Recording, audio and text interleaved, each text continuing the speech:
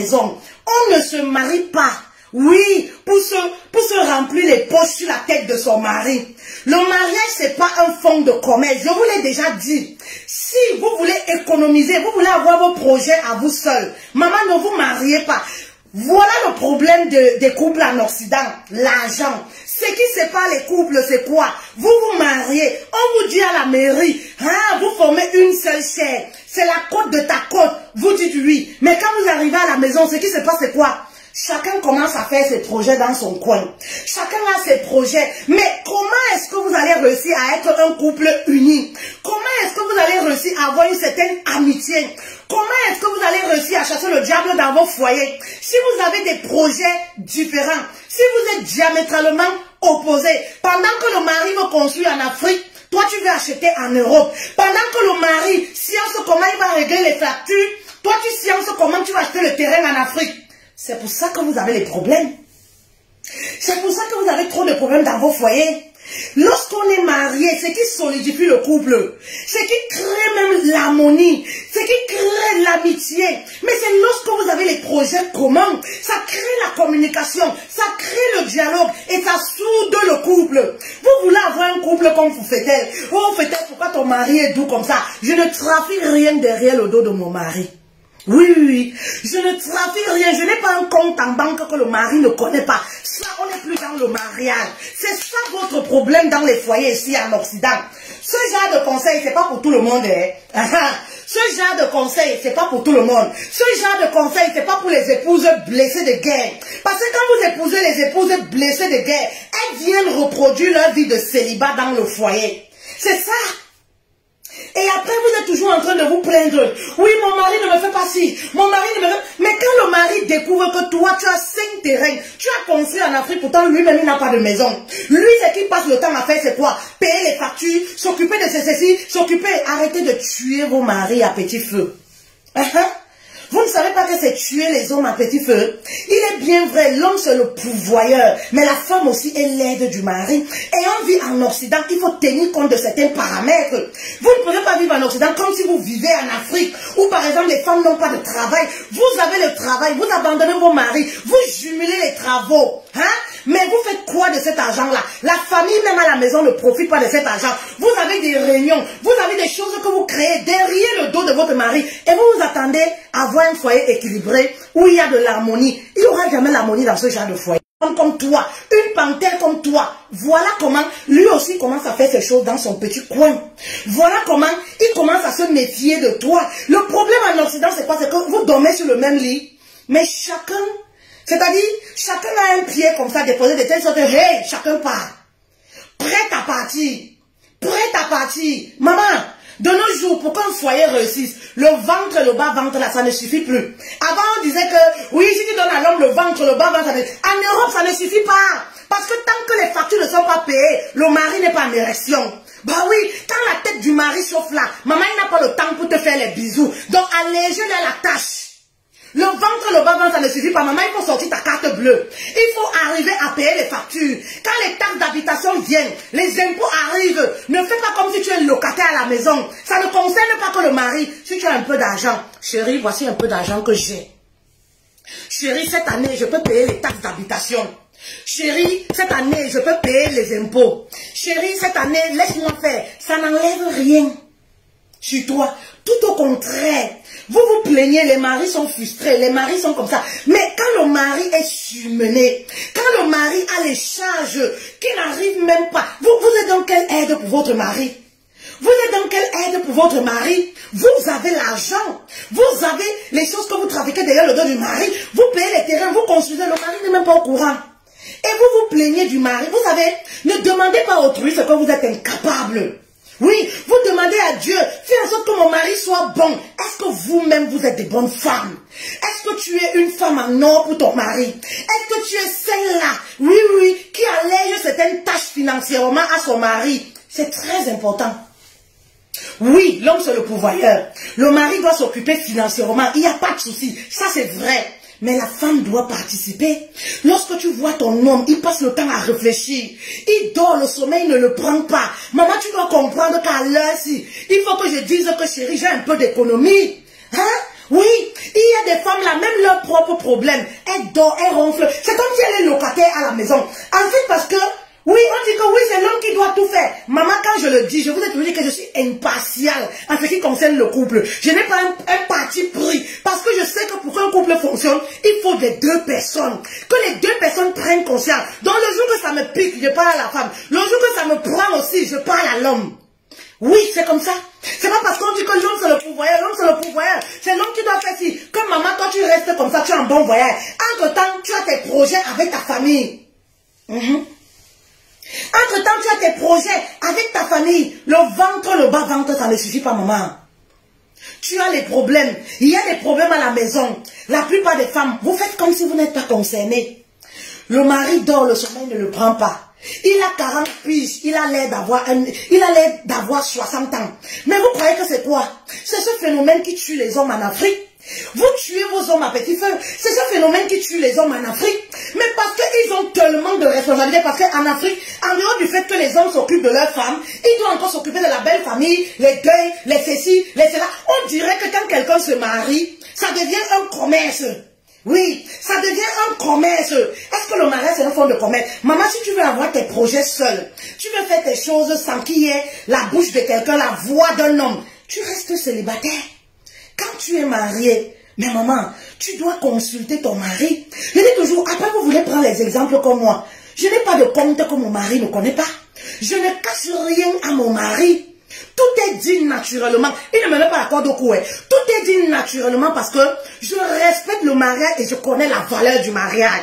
Je suis venue à mariage, je ne suis pas venue m'enrichir. Je suis venue contribuer, je ne suis pas venue m'enrichir. Je suis venue donner, je ne suis pas venue m'enrichir. Je suis venue avec un homme pour aller avancer ensemble à deux. Donc si je suis devant mon mari et derrière, il y a quelque chose qui ne va pas. Ça vous plaît, vous prenez vos maris comme des adversaires. Après vous dites, moi je suis, moi je suis. Toi tu as quoi? Mais maman, si tu dis que tu as ci, tu as ci. Ton mari n'a rien, tu devrais avoir honte. Ce que tu as, c'est pour ton mari. Si tu n'as pas aidé ton mari à avancer, si tu n'as pas aidé ton mari à propulser ton mari, ça ne signifie rien. Oui, elles sont nombreuses comme ça. Le mari a les problèmes comme ça. Oui, oui. Elle continue d'acheter les sacs Gucci. Oh, mon argent, c'est pour mes enfants et ma famille. Ah bon, maman? Le mari, là, c'est aussi l'enfant de quelqu'un. Hein? Son argent aussi. Comme tu vois le mari, là, comme ça, il y a une femme qui l'a envoyé à l'école. Il y a une femme. Ce genre de message, je m'en fous de vous. C'est le message que vous n'aimez pas écouter. Je m'en fous, les femmes. Je m'en fous de vous. Oh, aujourd'hui, là, nous ne sommes pas amis. Voilà. Nous ne sommes pas amis. Détestez-moi comme vous voulez. Vous aimez les coches bonbons. Oui, oui, vous aimez les cauchemars, vous induisez en erreur. Mais le souci, c'est que vos foyers se cassent. C'est ça le problème. Vos foyers se brisent. Vous êtes là, vous marchez dans toutes les églises. Oui, oui, oui, je veux sauver mon couple, je veux sauver mon couple. En pleurs, en larmes partout. Mais voilà ce qu'il faut. L'honnêteté, déjà dans le couple, vous n'avez pas. Je comprends pourquoi on dit souvent qu'il ne faut pas épouser une femme qui a les longs yeux. Oui, il ne faut pas épouser une femme qui a les longs yeux. Parce que dans le couple, oui, elle va prendre tout son argent pour créer d'autres projets derrière ton dos. Parce qu'elle veut le paraître. Tout simplement parce qu'elle veut le paraître aux yeux des gens. Les factures à la maison, ça ne la concerne pas. Quand elle a déjà... Hé, écoutez. Vous savez, je ne sais même pas qui a dit aux femmes que l'argent de la CAF, l'argent qu'on donne là, ça appartient à la femme. Dès on donne cet argent-là, automatiquement la femme s'agrippe. C'est comme si c'était pour elle. Maman, ton argent c'est pour ton mari. Vous avez ce genre de problème dans les couples, pourquoi? Mon argent c'est pour moi. Hein? Mon argent c'est pour moi. L'argent de mon mari c'est pour moi. Quand vous avez cette vision, vous n'avez pas de problème concernant l'argent. Vous n'avez pas les problèmes. Mais quand vous venez avec les idées de banditisme, des rococos dans le foyer, eh oui, ça va vous créer les problèmes. Comme quoi, si je mets mon argent, si je mets ceci, un homme qui n'a pas de revenus, ça c'est un autre débat. Mais si tu as l'argent, ton mari a ton argent, vous travaillez, ton argent c'est pour ton mari, l'argent de ton mari c'est pour toi. Il ne devrait même pas avoir de soucis par rapport à ça. Oui, ton mari ne peut pas dire que je n'ai pas d'argent. Pourtant, toi, tu travailles, tu as les sous. Parce qu'il sait que si tu as l'argent, c'est pour lui. Ben oui, si tu as l'argent, c'est pour lui. Ben oui, vous ne savez pas ça. Dès qu'on donne l'argent de la carte, vous prenez ça, vous croyez que c'est pour faire les tontines. c'est pour construire vos maisons au pays, c'est pour, oui, c'est mon argent, oui, mais c'est l'argent du couple. C'est l'argent de la famille, il n'y a pas de problème par rapport à ça. Si on veut, on vit dans le compte du mari. Si on veut, on vit dans le compte de la femme. Mais c'est une même personne, ça ne devrait même pas causer problème. Ben oui, ça ne devrait même pas causer problème. Mais tellement vous avez les longs yeux. Parce que vous, votre argent, c'est pour faire quoi? C'est pour porter les gros sacs pour aller dans les soirées, aller vous faire voir. C'est pour construire, acheter les grosses voitures au pays. Pour aller vous faire voir. C'est tout ça qui vous dérange. Je comprends pourquoi on dit qu'il ne faut pas épouser les femmes qui ont les longs yeux. Et que toutes les femmes ne sont pas faites pour le mariage. Voilà pourquoi en Europe, là, les couples se séparent. L'argent. Les femmes ont les yeux comme ça, là, sur l'argent. En fait, c'est pas le mariage qui les intéresse. Ce qui les intéresse, c'est quoi? C'est l'argent. Le couple ne marche pas comme ça. Si vous avez toujours cette vision du couple, ben, vous allez divorcer. Vous allez aller de homme en homme, comme moi je vous dis souvent. Vous allez divorcer tous les 3 ans. Parce que ça ne fonctionne pas comme ça. On vit dans un territoire qui nous impose certaines choses. Maman, tu ne peux pas vivre avec un homme en Europe. Tu vis comme si tu étais en Afrique, au champ, où on ne paye rien, où il n'y a pas de facture à payer. Maman, tout se paye. Oui, oui. Tout se paye. Même le souffle de vie qu'on respire en Europe, là, on nous prélève ça. Même la télévision, tout se paye. C'est triste, hein? J'étais en séance de coaching avec un couple. J'ai vu un homme qui me dit, je veux me suicider. Moi, je vois ça fréquemment en séance de coaching. Les hommes qui sont ici, ils en ont marre. Ils en ont marre, mais pourquoi? Trop de charges. Trop de charges. Mais les femmes travaillent. Elles ont l'argent. Mais elles ne se sentent pas concernées. C'est comme si elles sont locataires à la maison. Ils sont dépassés. C'est pourquoi vous les voyez parfois se suicider aussi. Ils sont dépassés jusqu'ici. Les femmes sont là. Elles se disent, ah, je prépare à manger, non. Ah, on fait l'amour, non. Mais maman, ça ne paye pas les factures. Les impôts ne regardent pas ça. Ça ne paye pas les factures. Oui, ça ne paye pas les factures. Maman, coucher, coucher, coucher là. Vous croyez que coucher, coucher. Le sexe, c'est quoi? On peut avoir ça partout.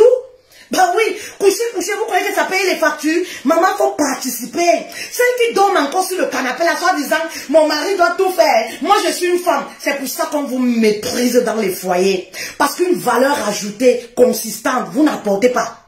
Vous restez toujours là que je suis le sexe faible. Oui, l'homme doit s'occuper, l'homme doit me faire ceci, l'homme doit me parler ceci. Maman, je n'ai pas besoin. Je cherche un mari et non un homme qui va venir s'occuper de moi comme mes parents. Hein? Vous comprenez ça? Je cherchais un mari. Je ne cherchais pas un homme qui va venir m'acheter les caleçons et les soutiens. Je cherchais un mari. Je ne cherchais pas un pigeon. Je ne cherchais pas un mougou. Donc moi-même, je suis venue participer dans sa vie. Est-ce qu'il y a des femmes qui se disent ça de nos jours? Ben non. Est-ce qu'il y a des femmes qui se disent ça de nos jours? En Occident, il n'y en a pas beaucoup. Il faut les voir dans leur causerie. C'est un plaisir pour elles. Oh, j'ai acheté telle chose. J'ai telle chose. Et ton mari, quand tu te maries, tu as toujours cette expression de j'ai. Tu ne dis jamais nous. Maman, tu n'es pas encore mariée. Tu es encore dans ton monde de célibat. Tu n'es pas encore marié, tu es encore dans ton monde de célibat. J'ai ceci, tellement d'orgueil, tellement vous courez après la rivalité. Oui, que vous oubliez même que vous êtes en couple avec quelqu'un. Oui, vous êtes en couple avec quelqu'un. Imaginez-vous un seul instant que l'homme là également, il prenait tout son argent, il s'occupait de sa famille, il faisait ses projets en dehors de vous, comment est-ce que vous devez vivre à la maison? Ben oui, soyez raisonnable un tout petit peu. C'est pas parce que la femme s'occupe des petites charges à la maison que lorsqu'il y a une grosse facture qui tombe au début de l'année, que tu ne peux pas dire que voici 200 €. Tu ne peux pas dire que voici 300 €. Tu ne peux pas dire que chérie, voici mes économies. Moi j'ai vu ma mère quand mon père était embêté, sortir ses économies déposées. Mais vous vivez avec vos maris comme si vous les escroquez. Oui, comme si vous êtes venus vous enrichir. Il y a même celles-là, les petites panthères bembèches là qu'on prend en Afrique là. Elles arrivent ici, même pas une année, elles commencent à travailler. Oh, je vais acheter ceci à ma mère, je vais acheter ceci à ma famille, je vais acheter ceci, Maman, tu as déjà construit ton foyer où on t'a emmené là. Tu es venu en mariage où tu es venu t'enrichir. Tu es venu en aventure où tu es venu... Ne vous comparez pas aux femmes qui sont venues en aventure. Il y a des femmes qui arrivent là, hein, qui arrivent comme les nous, si on est arrivé comme ça là, comme les mauvais éperviers là. On est tombé comme ça, vous. Vous comprenez donc? Parce qu'on a pris compte là. On arrive dans le camouflage, on se cherche, on trouve notre bonheur. Dieu merci. Mais toi, femme, on a fait le regroupement, on t'a amené. Tu arrives là, tu as un toit, tu manges, tu as quelqu'un qui paye les factures et tout. Quand tu commences à travailler, tu commences à penser plutôt aux problèmes de ta famille que tu as laissé en Afrique. Mais ça peut attendre. Vous avez déjà entendu que les problèmes en Afrique là, ça finit. Tu es nouvelle. Les problèmes en Afrique là finissent. Ça peut attendre. Tu commences déjà à dire, cherchez-moi la maison là-bas, je vais acheter. Cherchez-moi le terrain là-bas, je vais acheter. Mais le monsieur qui t'a fait venir là, qui a 20 ans en Europe, 15 ans en Europe, il a déjà construit les maisons au pays. Maman, tu ne peux pas dire que cherchons un terrain. On va acheter. Tu sais ce que pour toi, tu commences à faire tes projets. On dirait que vous venez. En fait, je ne sais pas. Le mariage pour vous, c'est quoi aujourd'hui? Franchement, posez-vous souvent la question. Hein. Le mariage pour vous, c'est quoi? Oui, vous voulez le titre de madame, mais ce qui va avec, vous ne voulez pas. C'est l'alliance qui vous intéresse, les éloges, oui, que l'alliance donne. Oui, je suis mariée. Mais si on va voir au fond, tu ne sais à rien à ton mari. Si on va voir le avant et après de ton mari, son après là n'a pas bougé d'un pouce. Mais si on va chercher en profondeur dans ta vie, on verra que tu as construit des choses. On verra que tu as stabilisé beaucoup de gens de ta famille. Eh oui. Parce que quoi? Tu ne payes pratiquement rien à la maison. Donc ce que tu arrives à faire, c'est quoi? Profiter de ton mari. Vous profitez d'eux. Bah oui. C'est de l'exploitation ce que vous faites. C'est de l'exploitation. Vous savez, toutes les familles, nous sommes les femmes. Et lorsque vous êtes comme les chefs de famille, comme moi je suis là, les familles ont toujours tendance à ça. Ton argent. Et moi je les ramène toujours à la raison en leur disant, c'est pas mon argent. C'est notre argent. Quand j'envoie l'argent, c'est nous qui avons envoyé. Le couple Cissé a envoyé l'argent. C'est pas parce que c'est moi qui peux envoyer. Je peux envoyer peut-être parce que je suis disponible. C'est pas parce que c'est mon argent. Mon argent, c'est l'argent de mon mari. Vous comprenez? Les familles en Afrique, si vous les écoutez, ils ont tendance à diviser même les couples ici. Ton argent, il faut que tu nous fasses ci. Ben, tu nous fasses une femme qui est mariée. Eux-mêmes, les parents là, est-ce qu'ils ont vécu comme ça? Eux-mêmes qui sont en mariage là, hein? Qui vous téléguident comme ça? Hein? Est-ce que même ils ont vécu comme ça? Mais c'est pas mon argent.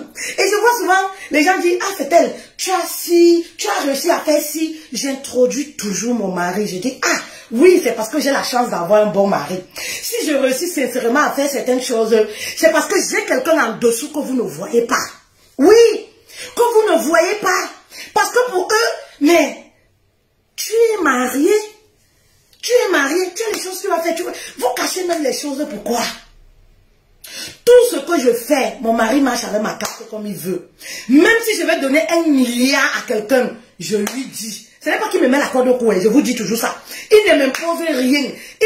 Mon mari n'a même jamais regardé mon compte que, oh, ça a fait comment, ou que machin. Non, mais moi-même, je le fais. Parce que je sais que ça crée la confiance. Et voilà pourquoi il a confiance.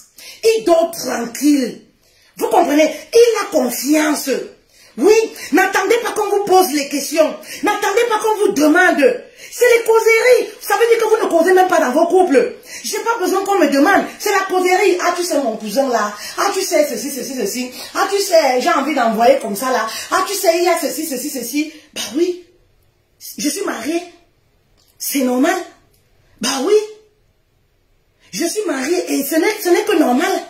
Je vais trafiquer des choses derrière le dos de mon mari. Pourquoi? On est donc mariés, pourquoi? Si c'est que chacun doit avoir sa vie, une petite vie en dehors du mariage. Mais je reste